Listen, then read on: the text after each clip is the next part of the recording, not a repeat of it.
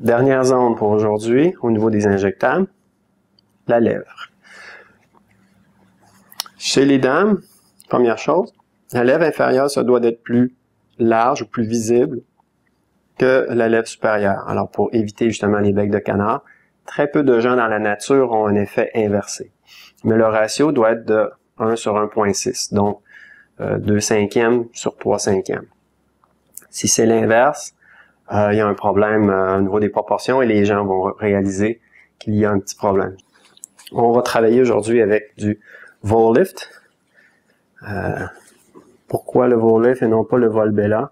Vollift est le nouveau-né de la gamme Allergan et a un effet semblable à l'Ultra et Ultra Plus, un peu entre les deux. Déjà utilisé en Europe depuis environ 2 ans.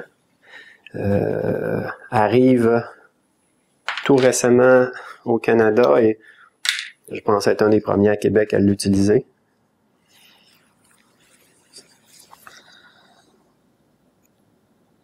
Et voici. On ouvre la bouche.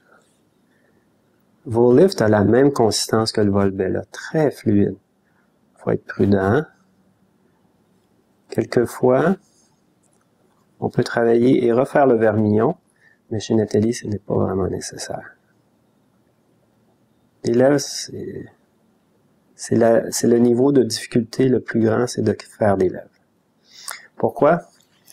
Elles sont des sœurs siamoises. Chaque côté doit être le reflet du miroir de l'autre, tout dépendant de la symétrie de la lèvre au début.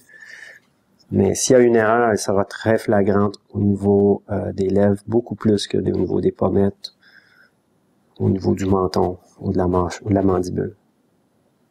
On ouvre la bouche légèrement. Parfait. On voit déjà que la lèvre est beaucoup plus ressortie par rapport au côté droit.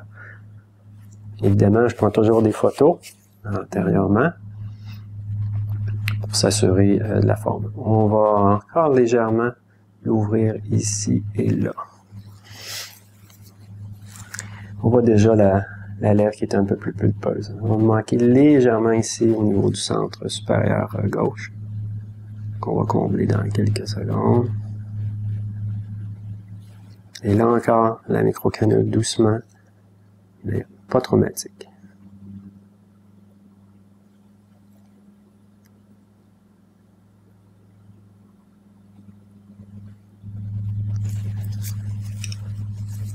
Et voilà.